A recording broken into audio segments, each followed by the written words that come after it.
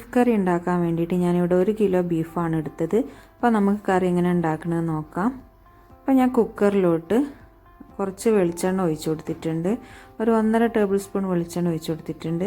അങ്ങനെ ഇതിലേക്ക് ഇഞ്ചി ചതച്ചത്, വെളുത്തുള്ളി ചതച്ചത് ഇട്ടൊന്ന് വഴറ്റി കൊടുക്കുക. അങ്ങനെ ഇതിലേക്ക് ഒരു 3 പച്ചമുളക് കീറിയത്, അതുപോലെ തന്നെ ഒരു 3 സവാള, ഒരു മീഡിയം സൈസ് സവാള 3 എണ്ണമാണ് ഞാൻ എടുത്തത്. ഇനി ഇത് നന്നായിട്ടൊന്ന് വഴറ്റി കൊടുക്കുക. ഇതിലേക്ക് ആവശ്യത്തിനുള്ള ഉപ്പിട്ട് കൊടുക്കണം. ഇതൊന്നും കൂടെ നന്നായിട്ടൊന്ന് വഴറ്റുക. അങ്ങനെ ഇതിലേക്ക് ഒരു 2 തക്കാളി എടുത്തിട്ടുണ്ട്. ഈ തക്കാളിയും കൂടെ നന്നായിട്ടൊന്ന് വഴറ്റിയെടുക്കുക. ഇനി ഇതിലേക്ക് നമ്മൾ നേരത്തെ കഴുകി വൃത്തിയാക്കി വെച്ച ബീഫ് ഇട്ട് കൊടുക്കുക. ഈ ബീഫും തക്കാളി ഉള്ളിയും കൂടെ നന്നായിട്ടൊന്ന് വഴറ്റിയതിന് ശേഷം ഇതിലേക്ക് പൊടികൾ ചേർത്ത് കൊടുക്കണം. അപ്പം ഞാൻ ഇതിൽ 4 ടേബിൾ സ്പൂൺ മല്ലിപ്പൊടി ചേർത്ത് കൊടുക്കുന്നുണ്ട്. അതുപോലെ തന്നെ 1/2 ടീസ്പൂൺ മഞ്ഞൾപ്പൊടി, 1 ടേബിൾ സ്പൂൺ മുളക് പൊടി, 1 ടേബിൾ സ്പൂൺ കുരുമുളക് ചതച്ചത്. അപ്പോൾ കുരുമുളകും മുളക് പൊടിയൊക്കെ ഓരോരുത്തരുടെ ഇഷ്ടത്തിനനുസരിച്ച് ഇട്ട് കൊടുക്കുക. എരിവ് വേണ്ടവർക്ക് കൂട്ടിയിട്ട് കൊടുക്കുക. അപ്പോൾ ഞാൻ ഈ ഒരു അളവാണ് ഇട്ട് കൊടുത്തത്. ഇനി ഇതിലേക്ക് നമുക്ക് ഗരം മസാലയും കൂടെ ഇട്ട് കൊടുക്കുക. ഇനി നന്നായിട്ടൊന്ന് വഴറ്റി കൊടുക്കുക.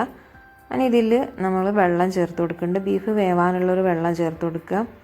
അപ്പോൾ പച്ചവെള്ളം ഒഴിക്കരുത്, ചൂടുവെള്ളം വേണം ഒഴിച്ചു കൊടുക്കുക.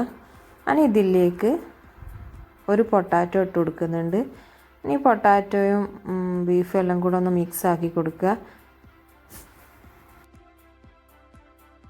ഇനി നമുക്ക് അടപ്പ് വെച്ചിട്ടൊന്ന് തിളപ്പിച്ചെടുക്കുക, നന്നായിട്ടൊന്ന് തിളപ്പിച്ചെടുക്കുക.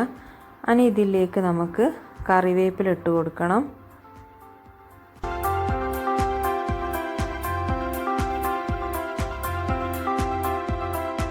ഇനി നമുക്ക് ഇതിലിട്ട പൊട്ടാറ്റോ വേവണ വരെ ഒന്നും കൂടെ അടച്ചു കൊടുക്കുക.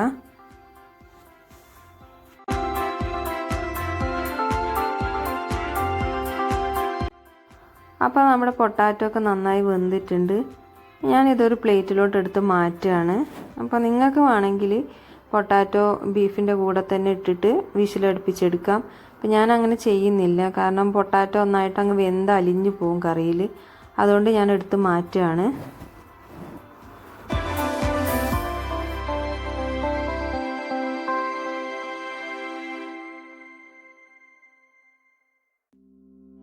ഇനി നമുക്ക് കുക്കർ നന്നായിട്ട് അടച്ചു കൊടുക്കുക. അതിൻ്റെ മുകളിൽ വിസിൽ വെച്ച് കൊടുക്കുക.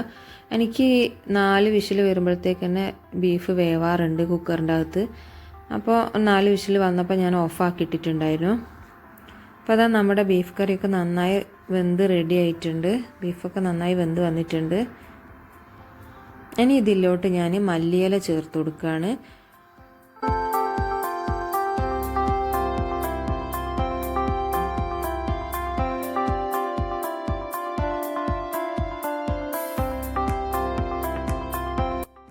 മല്ലിയില ഇട്ടതിന് ശേഷം ഞാൻ ഒന്നും കൂടെ അടച്ച് വെച്ചിട്ടുണ്ടായിരുന്നു. പിന്നെ ഞാൻ ഇതിലേക്ക് നമ്മൾ നേരത്തെ എടുത്ത് വെച്ച പൊട്ടാറ്റോ വേവിച്ചത് ചേർത്ത് കൊടുക്കുകയാണ്. ഇനി നന്നായിട്ടൊന്ന് മിക്സ് ആക്കി കൊടുക്കുക.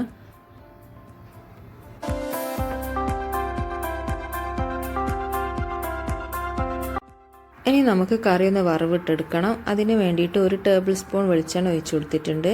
അതിലേക്ക് 1/2 ടീസ്പൂൺ ഉലുവ, ഒരു 4 ചെറിയുള്ളി ചെറുതായി അരിഞ്ഞത്, കറിവേപ്പിലയും കൂടി ഇട്ട് നന്നായിട്ടൊന്ന് വഴറ്റി കൊടുക്കണം. ഇനി ഇത് നമുക്ക് കറിയിലോട്ട് ഒഴിച്ചു കൊടുക്കാം. അപ്പം കറിയിലോട്ട് ഒഴിച്ചതിന് ശേഷം നന്നായിട്ടൊന്ന് മിക്സ് ആക്കി കൊടുക്കണം. അപ്പം നല്ല ടേസ്റ്റി ആയിട്ടുള്ള ബീഫ് കറി റെഡി ആയിട്ടുണ്ട്. അപ്പോൾ എല്ലാവരും ഒന്ന് ഉണ്ടാക്കി നോക്കണം.